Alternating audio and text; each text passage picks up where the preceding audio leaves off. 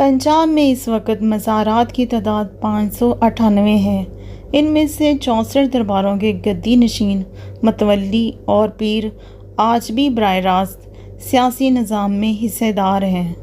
سرگودا، جھنگ، پاک پتن، سائیوال،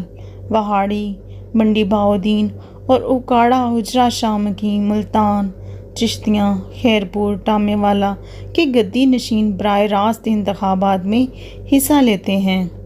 یہاں کے گدی نشین پہلی بار جنگ آزادی کے مجاہدین کو کچلنے کے لیے ایسٹ انڈیا کمپنی کے دستِ راست بنے اور ان گدی نشینوں نے انگریزوں کے حق میں فتوے دیے اور جنگ کو بغاوت قرار دیا اور انعام کے طور پر جاگیریں پائیں۔ یہی وجہ ہے کہ ان گدی نشینوں کو انگریزوں نے نو آبادیاتی عہد کے پاور اسٹرکچر گھر میں شامل کیا اور کورٹ آف وارڈز کے ذریعے انہیں مستقل سیاسی طاقت دی گئی۔ کورٹ آف وارڈ سسٹم کے تحت جنگ بندی نشینوں کو جاگیریں دی گئیں۔ 1930 میں شاہ پور حضور کے غلام محمد شاہ ریاض حسین کو 6430 ایکڑ جاگیر، اٹک کے سردار شیر محمد خان کو 25185 ایکڑ، جھنگ کے شاہ جونان خاندان کے خضر حیات نعمت شاہ، شاہ مبارک علی عابد حسین کو 9564 ایکڑ، ملتان کے سید عامر حیدر شاہ، سید غلام اکبر شاہ، شاہ مخدوم پیر شاہ کو 7165 ایکڑ، جلال پور پیر والا کے سید غلام آباد سید محمد غوث کو 34144 ایکڑ، گیلانی سید آف ملتان جس میں سید حامد شاہ اور فتح شاہ کے نام ہے 11467 ایکڑ، دولتان خاندان کے اللہ یار خان آف لنڈن کو 21680 ایکڑ، ڈیرہ غازی خان کے میاں شاہ نواز خان آف حاجی پور کو 726 ایکڑ، مظفر گڑھ کے ڈیرہ دین پناہ خاندان کے ملک اللہ بخش اور نور محمد 2641 ایکڑ اور ستپور کے مخدوم شیخ محمد حسن کو 23500 ایکڑ جاگیر دی گئی۔ آج ان خاندانوں کے گدی نشین اور اولادیں سب صوبائی اور قومی اسمبلی کی نشستوں پر برجمان جمہوریت کے چیمپئن بنے ہوئے ہیں۔ برطانوی استعمار نے جاگیریں دینے کے ساتھ درباروں کے گدی نشین خاندانوں کو ذیلدار کے عہدوں پر بھی تعینات کیا۔ اس میں مظفر گڑھ سے دیوان محمد دوست، سید بندی شاہ خان صاحب مخدوم، محمد حسن، سید تراب علی شاہ، سید عامر احمد شاہ، سید غلام سرور شاہ، سید جنڈ رور شاہ میاں والی سے سید قائم حسین شاہ، غلام قاسم شاہ، شاہ پور سے پیر چند، پیر سید نجف یوسف شاہ، فیروز دین شاہ، پیر سلطان علی شاہ، علی حیدر شاہ، جھنگ سے محمد شاہ اللہ یار شاہ، محمد غوث شاہ اور بہادر شاہ کو ذیلدار کا عہدہ دیا گیا۔ ہندوستان پر برطانوی تسلط کے 180 سال بعد 1937 میں محدود جمہوری انتخابات کرائے تو یونینسٹ پارٹی میں شامل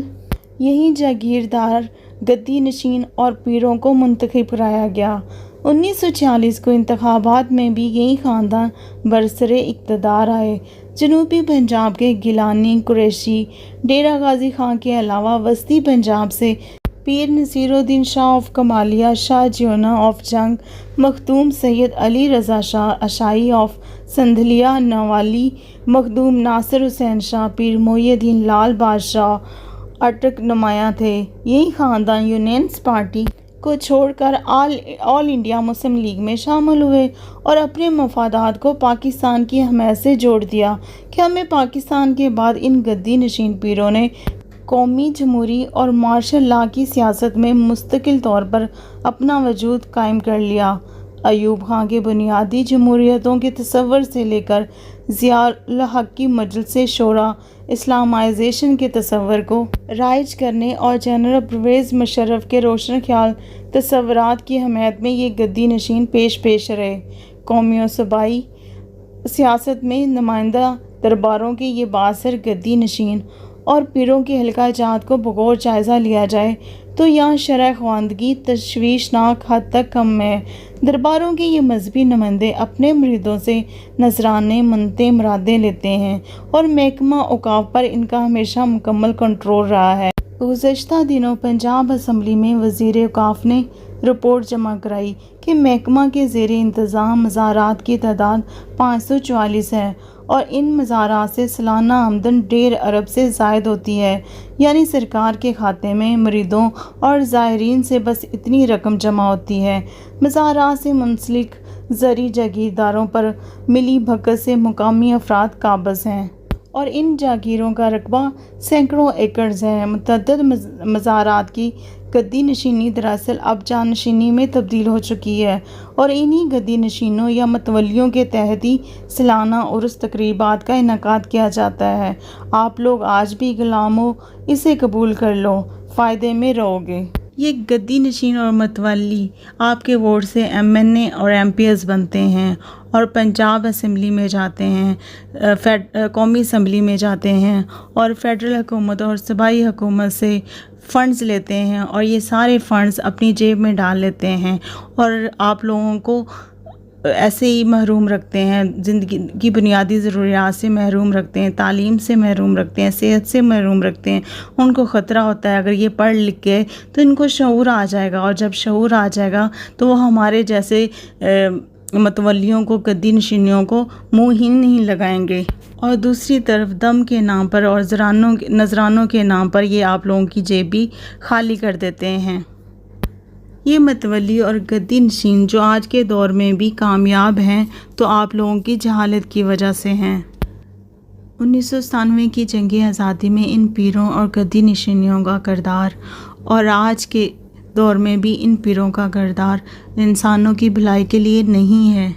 تب بھی انہوں نے پیسوں، جاگیروں کے لالچ میں جو فریڈم فائٹرز تھے، جو انگریزوں کے خلاف لڑ رہے تھے، جو اسلام کے مجاہدین تھے، ان کو خارجی قرار دیا، ان کو دہشت گرد قرار دیا اور اپنے فالوورز کو ان کا ساتھ دینے سے منع کیا۔ اور آج بھی یہ گدی نشین اپنے علاقے کے لوگوں کو تعلیم سے دور رکھتے ہیں، جہالت میں ان کو گھیرا ہوا ہے، ان کو اپنا غلام بنایا ہوا ہے۔ انہیں کہتے ہیں بس ہمارے ہاتھ پہ بیعت رکھ لو، کر لو اور بس جو ہم کہتے ہیں وہیں کرو اور خود سے آپ لوگوں کو سوچنے کی ضرورت نہیں ہے۔ یہ سب کچھ کیوں کہہ رہے ہیں؟ یہ سب کچھ اپنی جیبیں بھرنے کے لیے، اپنا جو لگژری لائف سٹائل ہے اس کو مینٹین رکھنے کے لیے یہ سب کچھ کرتے ہیں اور اپنے لوگوں کا نہیں سوچتے۔